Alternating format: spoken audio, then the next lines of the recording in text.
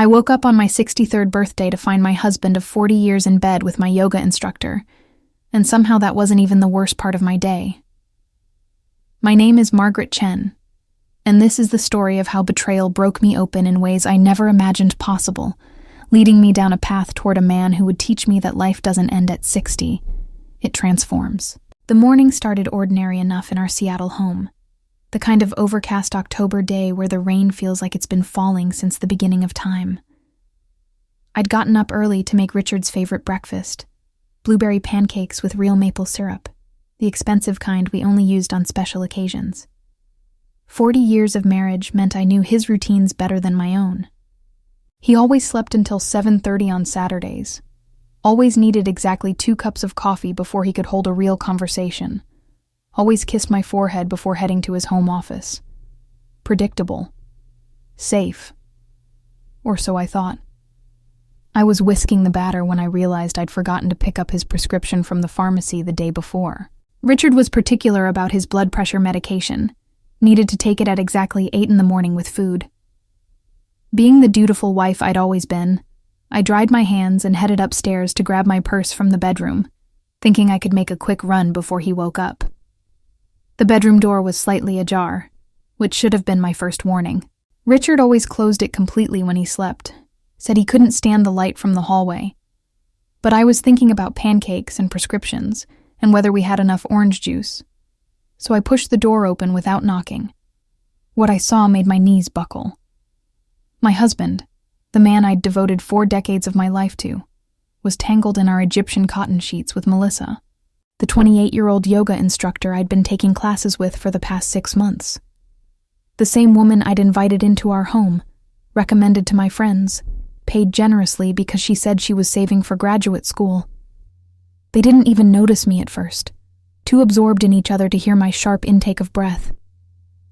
When Richard finally turned his head and saw me standing there, he didn't look guilty or ashamed. He looked annoyed, like I'd interrupted an important meeting. I want you to understand something before I continue. If you're listening to this story and feeling that flutter of recognition, that sense that maybe you're not alone in your struggles, I'd really appreciate it if you could take a moment to subscribe to this channel. We're working toward our first 1,000 subscribers, and every single one matters. It's just a click of that subscribe button below, but it means the world to helping this story reach others who might need to hear it. Now back to that devastating morning. I don't remember leaving the bedroom or walking down the stairs. The next thing I knew, I was sitting in my car in the driveway, still in my pajamas and slippers, clutching my keys so hard they left imprints in my palm. The rain had picked up, drumming against the windshield in that relentless Seattle way that usually comforted me. But that morning, it felt like the sky was crying for me, because I couldn't seem to cry for myself.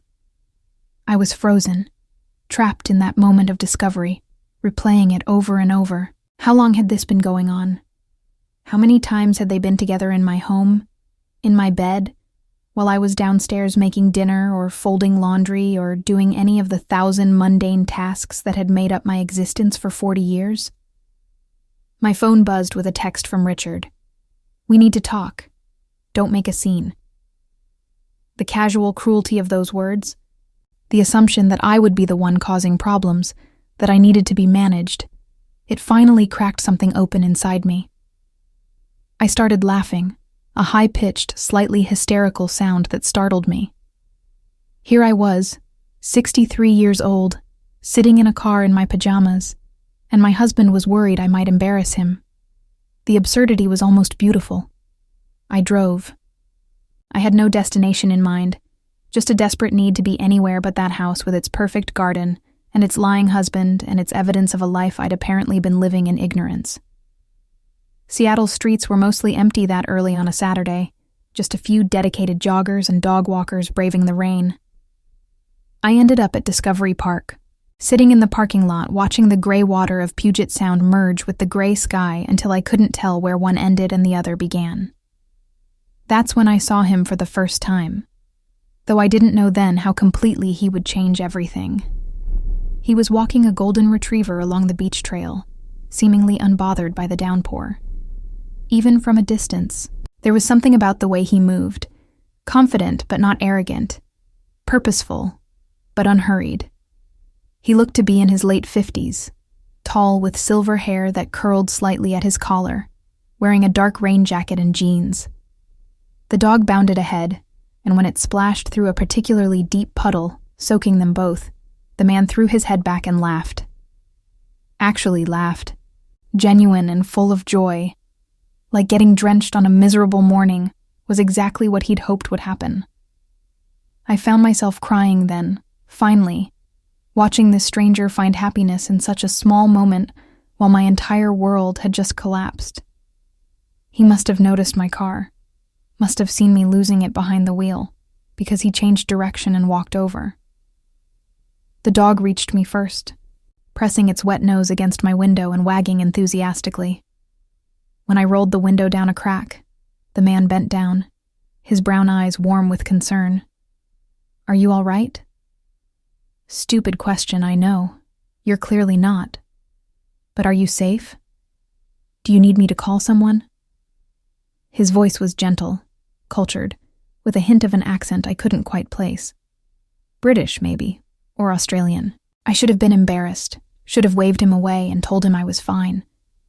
Instead, I heard myself saying, "I just caught my husband cheating, in our bed, on my birthday, and I'm sitting here in my pajamas having a breakdown in a parking lot while a stranger's dog drools on my car." He didn't laugh or look uncomfortable or offer empty platitudes.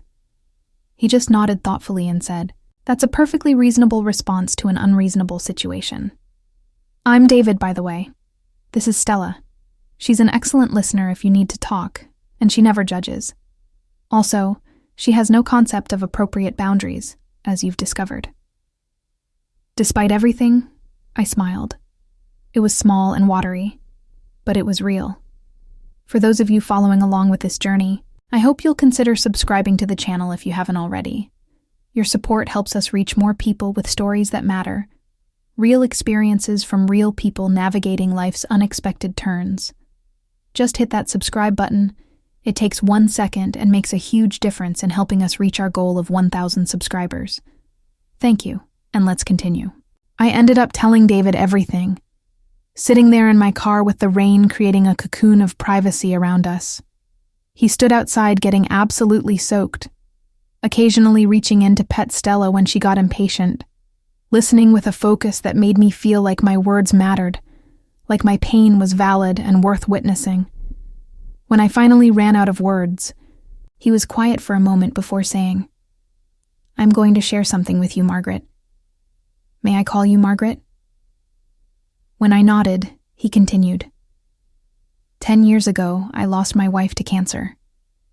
We had 32 years together, and I thought my life ended when hers did. But a very wise friend told me that betrayal and loss, as different as they are, both require the same thing from us. They require us to rebuild. Not to go back to who we were, but to discover who we're capable of becoming. Your husband's betrayal isn't the end of your story. It's the beginning of a new chapter, one you get to write yourself. Something about those words, delivered by a soaking wet stranger with kind eyes and a patient dog, reached through my shock and planted a seed. It would be weeks before that seed started to grow, but in that moment, I felt the tiniest shift, a hairline crack in the wall of despair threatening to drown me. David gave me his card. He was a retired architect who now taught design classes at the University of Washington, and made me promise to call if I needed someone to talk to. Then he and Stella continued their walk, leaving me alone with my thoughts, and a strange sense that maybe, just maybe, I would survive this. Going back to the house was one of the hardest things I'd ever done. Richard was in the kitchen, fully dressed now, drinking coffee like nothing had happened.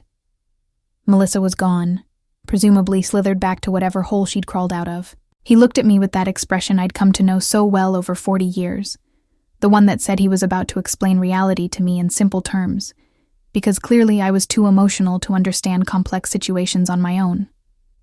"Margaret, we need to discuss this rationally," he began, setting down his coffee mug with careful precision. What you saw this morning was unfortunate timing.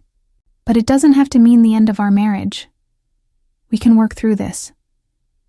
I've already scheduled an appointment with Dr. Morrison for couples counseling next week. I stared at him, this man I'd built my entire adult life around, and really saw him for the first time. The way he stood with his arms crossed, already on the defensive, the absence of any real remorse in his expression, the assumption that I would simply fall in line with his plan, because that's what I'd always done. For 40 years, I'd been the accommodating one, the peacekeeper, the woman who made sure everyone else was comfortable even when I was drowning. I'd given up my career as a promising graphic designer to support his medical practice. I'd moved cities 4 times for his opportunities. I'd hosted countless dinner parties for his colleagues while biting my tongue about my own dreams. And this was my reward, betrayal wrapped in therapy appointments and rational discussions. No, I said quietly. The word hung in the air between us, so foreign on my tongue that Richard actually looked confused. What do you mean, no? We've built a life together, Margaret. We have a reputation in this community, responsibilities, a shared history. You're going to throw all that away because of one indiscretion? One indiscretion. I felt something cold and hard settling in my chest. How long, Richard? How long has it been going on? His hesitation told me everything. This wasn't a one-time mistake. This was a pattern, a choice he'd made over and over while I'd remained oblivious, content in my comfortable ignorance. If you're finding this story resonates with you, if you've ever felt invisible in your own life, or discovered that everything you believed was built on lies, please subscribe to this channel. We're building a community here, people supporting people through the messy, painful, beautiful process of rebuilding. Your subscription helps us grow and reach others who need these stories. It's free. It's easy. Just one click on that subscribe button below. Now, let's see what happened next. Richard finally admitted it had been going on for 8 months. 8 months of lies, of him coming home and kissing me hello while carrying another woman's scent on his skin. 8 months of me praising Melissa's teaching skills, recommending her to friends, completely blind to the affair happening right under my nose. He tried to frame it as a midlife crisis, said he'd been feeling old and invisible, that Melissa made him feel young again.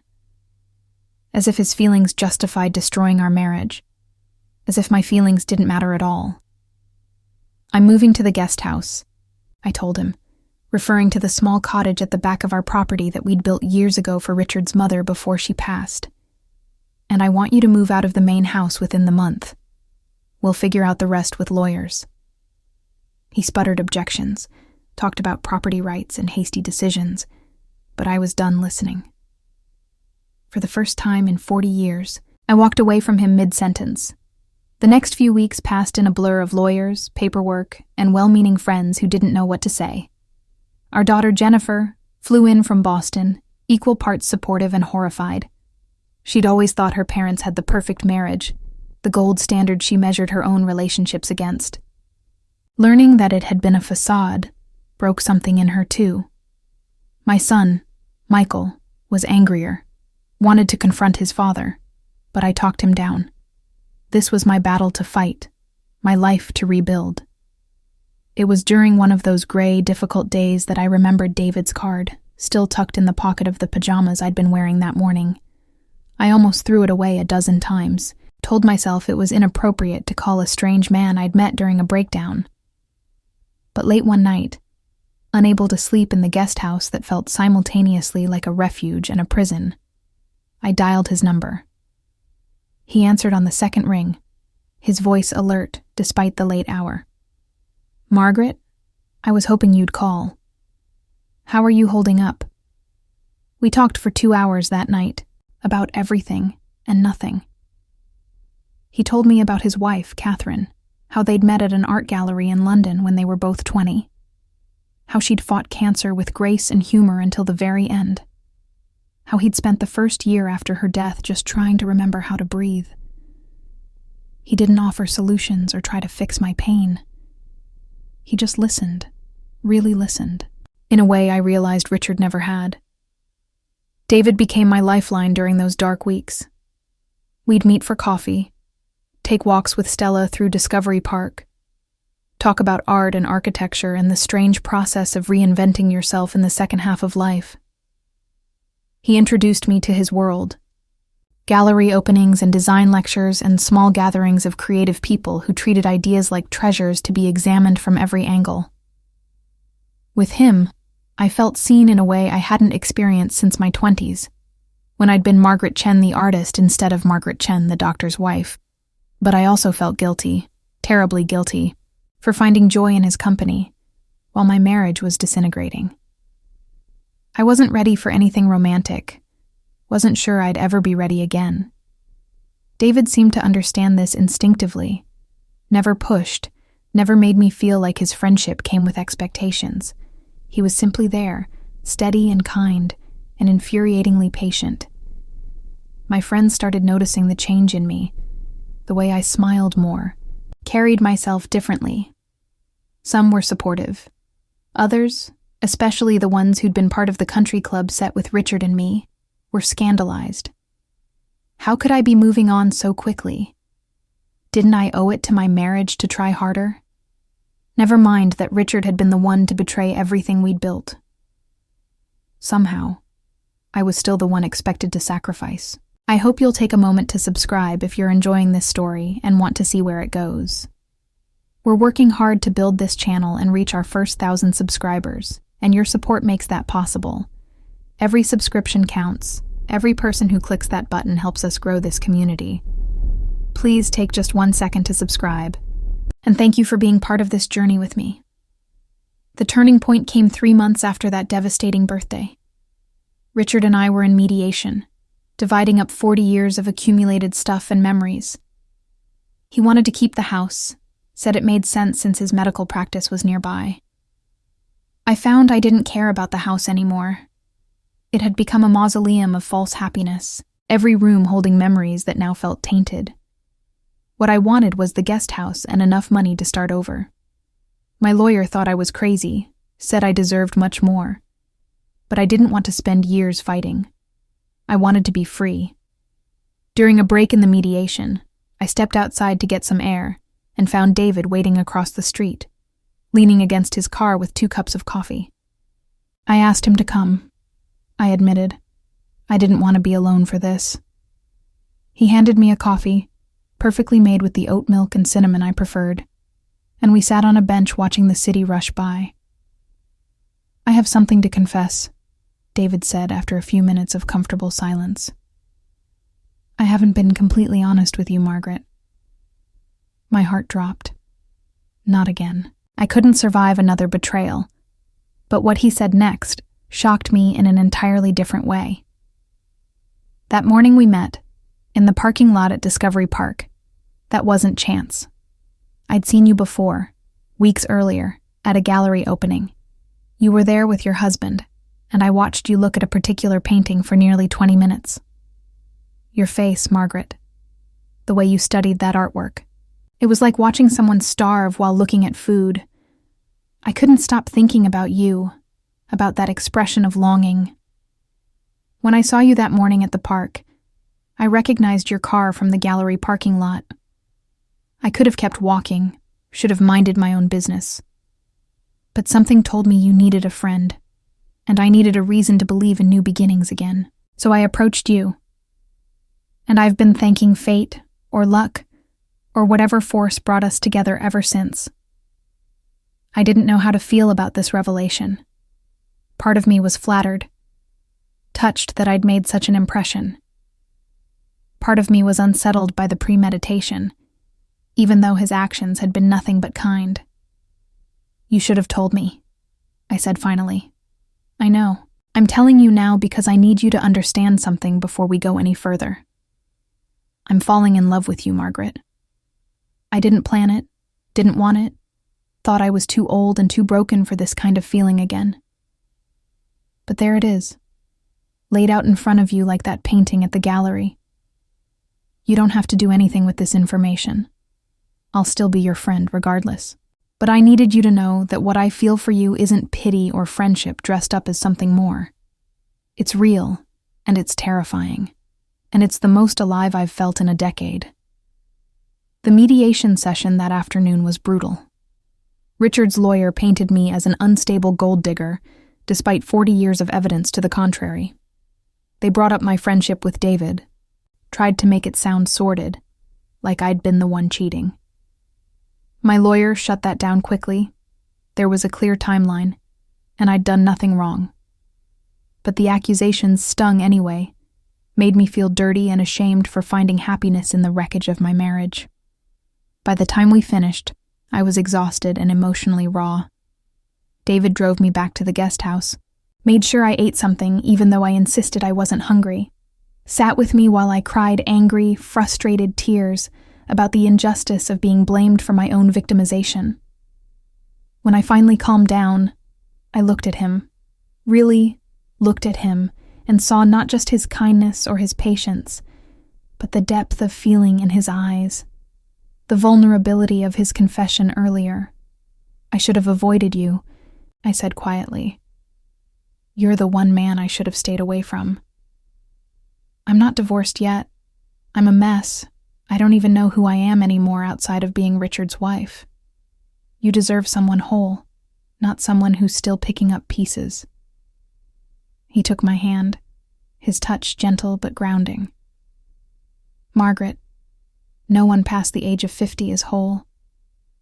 We're all broken in different ways, carrying scars from love and loss and the simple act of surviving.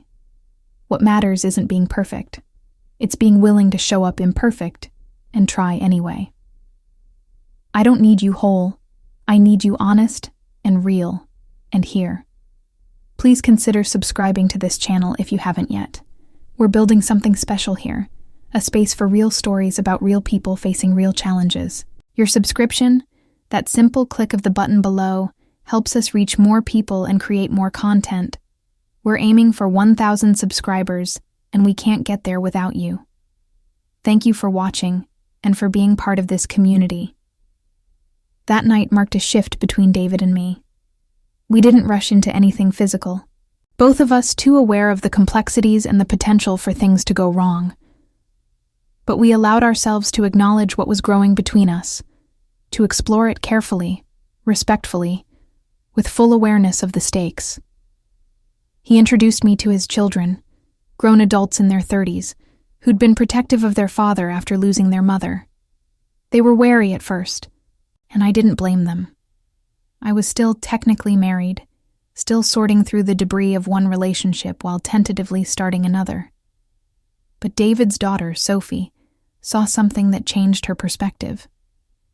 She pulled me aside at a family dinner one evening and said, "I've never seen my dad like this. Not even with Mom toward the end when things were hard. He's lighter somehow, more himself. Whatever you two have, it's good for him. Just please don't hurt him. He's been through enough."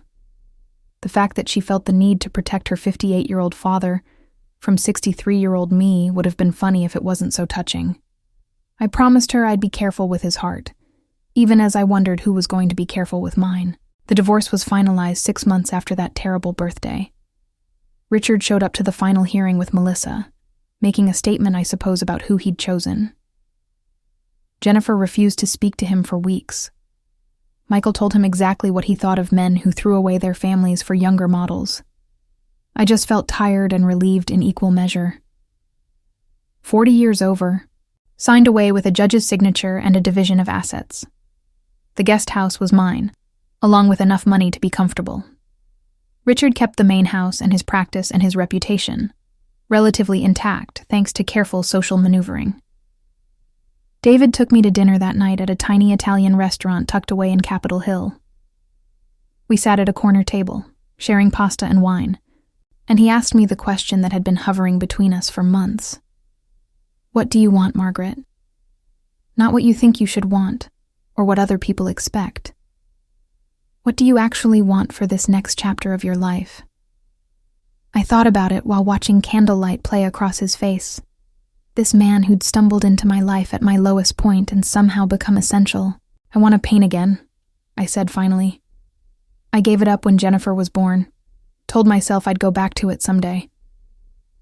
But someday never came because I was always taking care of everyone else. I want to be selfish for once. I want to spend whole days in a studio getting covered in paint and not feeling guilty about it. I want to travel, see the places I always dreamed about, but never visited, because Richard preferred beach resorts. I want to wake up in the morning and not know exactly how the day will unfold. I want to feel alive instead of just living. And us? David asked quietly. What do you want with us?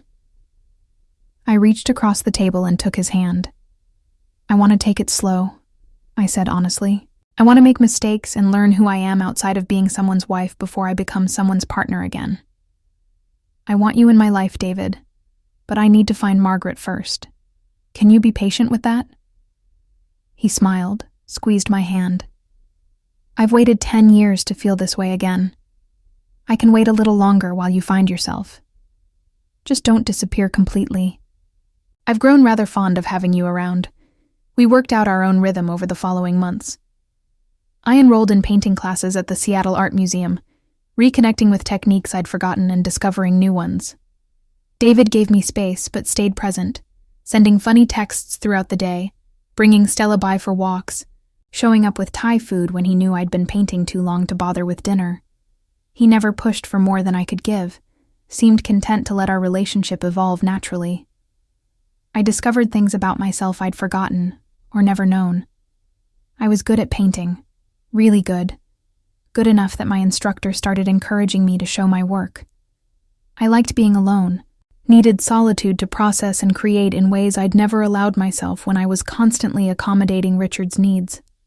I was stronger than I'd thought, capable of building a life from scratch at an age when many people were settling into retirement routines. If this story is speaking to you, if you're learning something, or feeling seen, or just enjoying the journey, please take a moment to subscribe. It helps us more than you know. We're trying to reach 1,000 subscribers, and every single person who clicks that button brings us closer to that goal. Your support means everything, so please subscribe, and thank you for being here. But I also discovered I was lonely. Despite the painting and the newfound independence and the pride in supporting myself, I missed the intimacy of partnership, the comfort of having someone who knew your rhythms and quirks and loved you anyway. And increasingly, the person I wanted that with was David. A year after my divorce, on my 64th birthday, David organized a surprise party for me. Just a small gathering at his house, a few of my painting friends, his children, Jennifer and Michael who'd flown in for the occasion. The walls were covered with my recent paintings that he'd somehow convinced my instructor to loan him. There was a cake, shaped like a painter's palette, and a general atmosphere of celebration that felt worlds away from that devastating morning exactly 1 year earlier. After everyone left, David and I sat on his back deck watching the stars come out over Seattle. I have something for you, he said, handing me a small wrapped box. Inside was a key.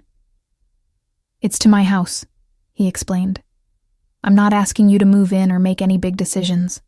I just want you to know you have a place here whenever you want it. No pressure, no expectations. Just an open door and someone who loves you waiting on the other side. I looked at this man who'd given me so much, who'd been patient and kind and steady while I fell apart and rebuilt myself. I'm ready, I said. Not to move in, not yet. But I'm ready to stop holding back, to really try this and see where it goes. I spent so long being afraid of getting hurt again, of making another mistake. But the biggest mistake would be letting fear keep me from this, from you, from whatever we might become together. David's kiss was gentle, reverent. Nothing like Richard's perfunctory pecks that had characterized our physical relationship toward the end. This was a kiss that meant something, that promised something. When we pulled apart, he was smiling. I've been waiting a year to hear you say that. Now what? Now we figure it out as we go, I said. No rules, no expectations beyond honesty and respect, and showing up for each other. Can we try that? We can try that, he agreed. And we did. The next 2 years weren't perfect. We had disagreements about silly things like whose turn it was to plan date night, and serious things like how much togetherness was healthy versus suffocating. I had moments of panic where I'd pull back, terrified of losing myself again. David had moments where his grief for Catherine resurfaced, and he needed space to process. But we talked through it all, communicated in ways I'd never learned with Richard, treated each other's vulnerabilities like gifts to be handled carefully. I had my first art show when I was 65, a small gallery in Fremont that specialized in emerging artists regardless of age. David brought champagne and flowers and stood next to my paintings, beaming like a proud parent. 17 pieces sold that opening night. Enough money that I could actually call myself a working artist for the first time since my 20s. Richard showed up unexpectedly toward the end of the evening, Melissa notably absent. He looked older, tired in a way that went beyond physical exhaustion. "I'm proud of you," he said stiffly, studying one of my abstract pieces. "You're really talented. Always were, I suppose. I should have encouraged this instead of everything else." It was as close to an apology as I'd probably ever get from him. "Thank you for coming," I said simply. There was nothing else to say.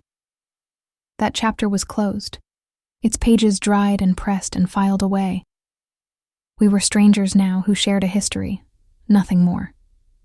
Before you hear how this all wraps up, I want to remind you one more time about subscribing. If this story has touched you, made you think, or given you hope that it's never too late to start over, please hit that subscribe button. We're so close to 1,000 subscribers, and we need your help to get there. It's free, it's quick, and it makes a real difference. Thank you for your support. When I turned 66, David asked me to marry him. We were back at Discovery Park, walking the same trail where we'd met 3 years earlier, Stella bounding ahead just like she had that first morning. I said yes without hesitation, secure in knowing this was right, that I'd done the work to become someone capable of real partnership, instead of just comfortable coexistence. We got married 6 months later, a small ceremony at the Seattle courthouse, with just our kids and a handful of close friends. No big production, no stress, just 2 people choosing each other with full knowledge of the risks and rewards. I'm 68 now, sitting in the studio David built for me in his backyard, finishing this story while he makes dinner inside, and Stella snores at my feet. Life isn't perfect. My relationship with Richard never fully healed, and some of our old friends still treat me like I broke up my own marriage. My knees hurt when it rains, and I worry about getting older, about eventual decline and loss. But I'm happy in a way I never was during those 40 years of supposedly perfect marriage. I wake up next to someone who sees me, really sees me, who encourages my dreams instead of viewing them as competition. I spend my days making art that matters to me, connecting with other artists, contributing to galleries and community programs. The greatest gift David gave me wasn't his love, though that's been profound. It was his example of rebuilding after loss, his proof that the second act can be just as rich as the first if you're brave enough to write it. That terrible morning when I found Richard cheating, I thought my life was over. I was too old, too set in my ways, too damaged to start fresh. But I was wrong. At 63, my awakening came from the one man I should have avoided, the one who represented risk and change and uncomfortable growth, and following him into that risk gave me back myself. So to anyone listening who thinks they're too old to change, too broken to heal, too far gone to start over, I'm here to tell you that's not true. It's messy and hard, and sometimes you'll want to give up. But on the other side of comfort is a life you can't even imagine yet, one that's authentically yours. You just have to be willing to take the first step, even when you don't know where it leads, especially then. I should have avoided David. He was complicated, and came with his own grief and represented everything uncertain about starting over.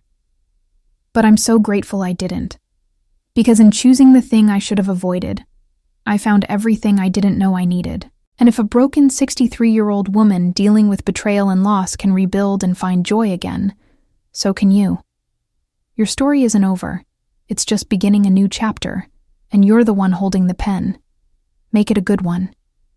If you've made it this far, thank you for listening to my story. Before you go, I'd love it if you'd subscribe to this channel. We're building a community of people sharing real experiences and supporting each other through life's challenges. Your subscription helps us reach more people and create more content. Please hit that subscribe button, and I hope my story gave you something to think about, some hope to hold on to, or at least the knowledge that you're not alone in whatever you're facing. Take care of yourselves, and remember, it's never too late to become who you might have been. I need to tell you more about what happened during those transformative years, the parts I glossed over because they felt too raw, too personal. But if my story is going to help anyone, it needs to be complete, needs to show not just the destination, but the messy, complicated journey of getting there. Those first months after leaving Richard were darker than I let on. I'd wake up at 3 a.m. in the guest house, disoriented and panicking, convinced I'd made a terrible mistake. The practical concerns kept me awake, calculating and recalculating my finances, wondering if I'd have enough money to survive, questioning whether I was too old to reinvent myself. I'd built my entire identity around being Richard's wife, and without that framework, I felt like I was floating in space with nothing to anchor me. David would find me sometimes, sitting in my car in the Discovery Park parking lot at dawn, too anxious to sleep, but too exhausted to do anything productive.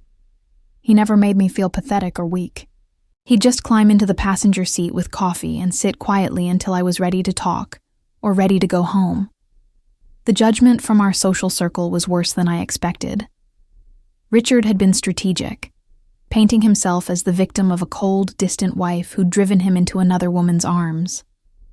Never mind that I'd spent 40 years supporting his career, raising his children, managing his household. In their version of events, I was the villain, the ungrateful woman who'd abandoned a good man over one mistake.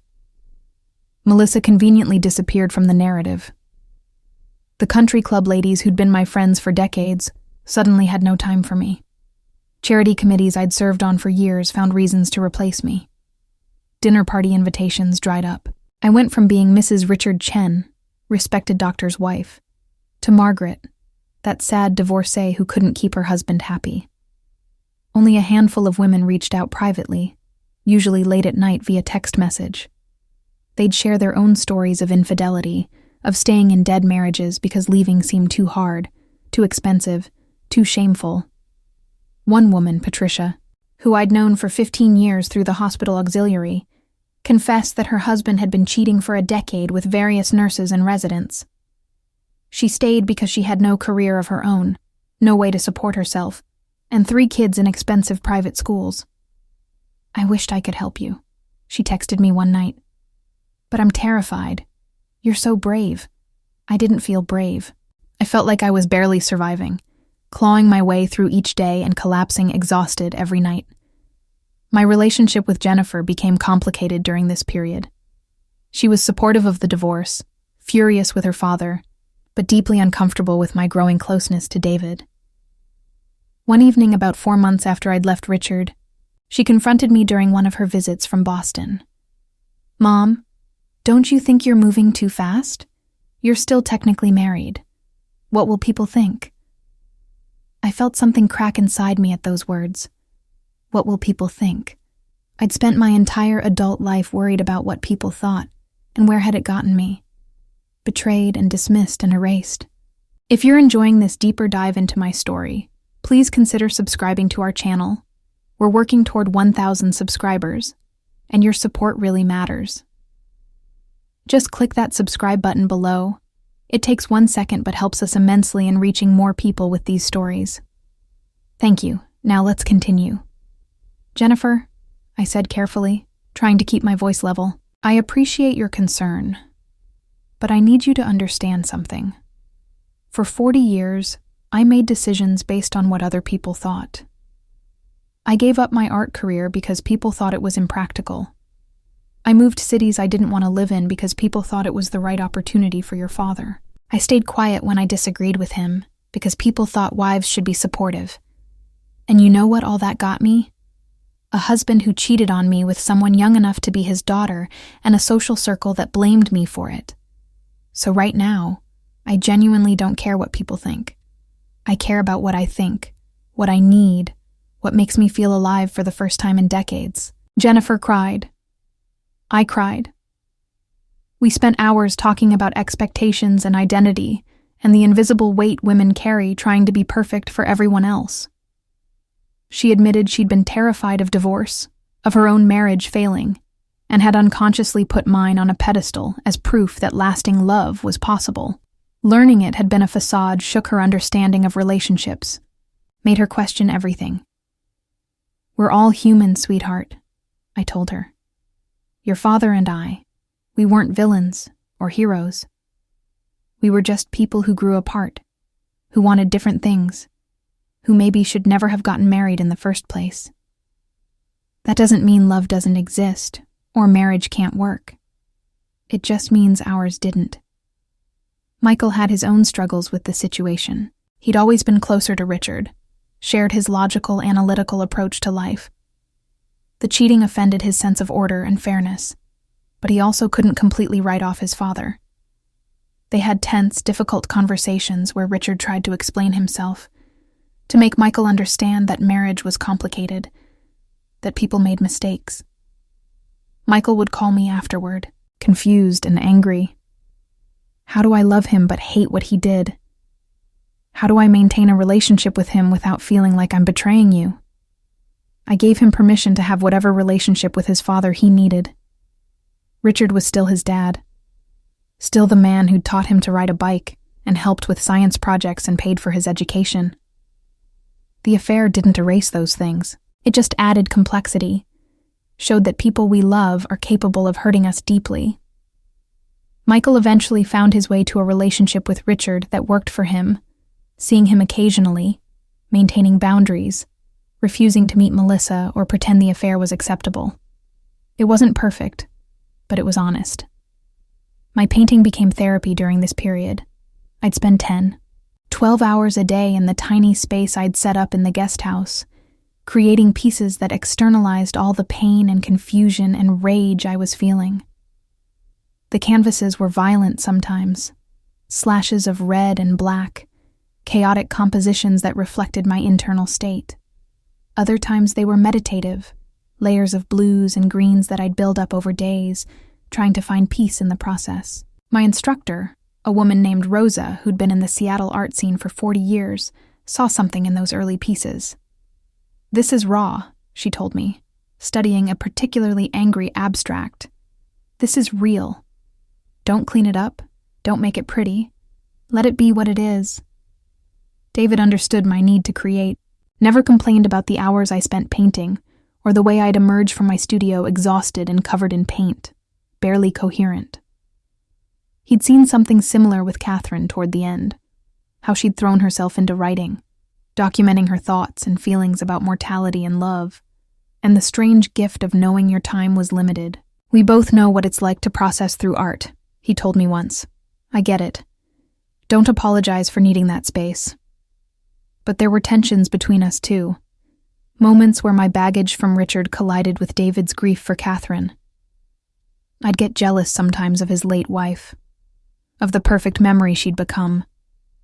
The relationship that ended in death rather than betrayal. How could I compete with a ghost? David assured me repeatedly that he wasn't comparing us, that what he felt for me was completely separate from what he'd had with Catherine. But late at night, I'd see photos of them together around his house, young and in love, and wonder if I was just a placeholder, a way for him to avoid being alone. Please subscribe if you haven't already. We're building something meaningful here, and your subscription helps us grow and reach more people. Just one click on that button below, and you're part of this community. Thank you for your support. We fought about it one night, about 6 months into whatever we were calling our relationship. I'd had too much wine and let my insecurities spill out. Do you wish I was her? Do you imagine she's the one you're with when you're with me? David looked stricken.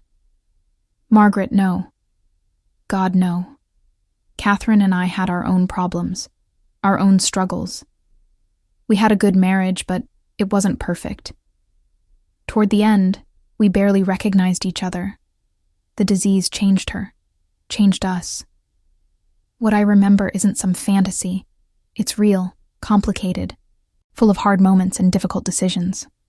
And yes, I miss her sometimes. I miss the life we had, the future we planned. But that doesn't diminish what I feel for you. You're not a replacement. You're a second chance, a completely different story. Can you understand that? I wanted to. I tried to. But it took time and therapy, individual sessions where I worked through my trust issues and fear of abandonment to really believe him. My therapist, Dr. Lynn, helped me see how I'd internalized Richard's cheating as evidence of my inadequacy, proof that I wasn't enough. That belief was poisoning everything, making me question David's motivations and my own worth. You're enough, Margaret, doctor. Lynn would remind me session after session. His cheating was about him, his choices, his character. It wasn't a referendum on your value as a person or a partner. Slowly, painfully, I started to believe it. I noticed how David showed up for me in concrete ways, how he remembered that I liked my coffee with oat milk and cinnamon, how he'd text me photos of interesting architecture he thought I'd appreciate, how he'd rearrange his schedule to attend my painting classes when I was nervous about showing new work. These weren't the actions of someone going through the motions. These were the actions of someone genuinely invested, someone building something real. My art show, when it finally happened, felt like a validation of everything I'd been working toward, but it almost didn't happen at all. 2 weeks before the opening, I had a complete crisis of confidence.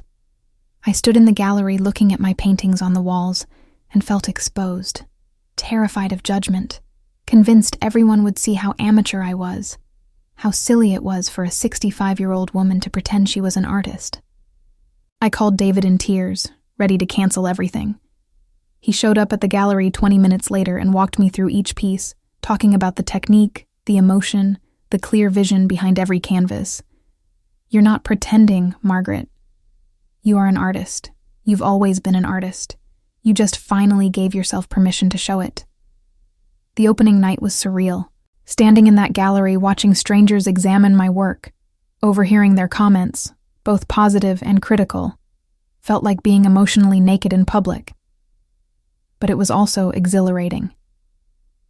When that first red dot appeared next to one of my pieces, indicating a sale, I felt validation I hadn't known I needed. By the end of the night, 17 paintings had sold. 17 pieces of my soul had resonated enough with strangers that they wanted to live with them, to make them part of their daily lives. I ugly cried in David's car on the way home, overwhelmed by the magnitude of it. Richard showing up had been unexpected. Part of me wanted to ask him to leave, to protect this triumph from any association with him. But another part, the part that had loved him once, appreciated the gesture. He looked diminished somehow, smaller than I remembered. Later, through Jennifer, I learned that Melissa had left him 3 months earlier for someone closer to her own age, someone who could give her the family she wanted. Richard was alone in that big house, facing the consequences of his choices. I didn't feel vindictive pleasure in his situation, just a sad sort of distance, like watching a stranger's life unfold. If this extended story is giving you insight or comfort, I'd be so grateful if you'd subscribe.